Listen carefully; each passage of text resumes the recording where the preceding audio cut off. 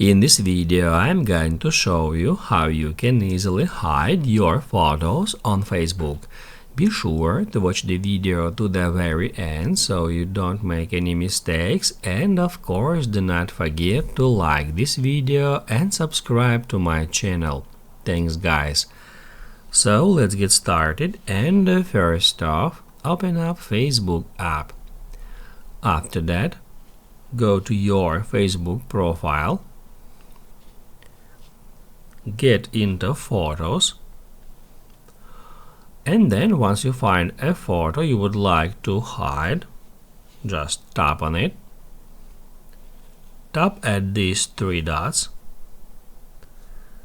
tap at edit post privacy, and after that, to completely hide it from others, select only me.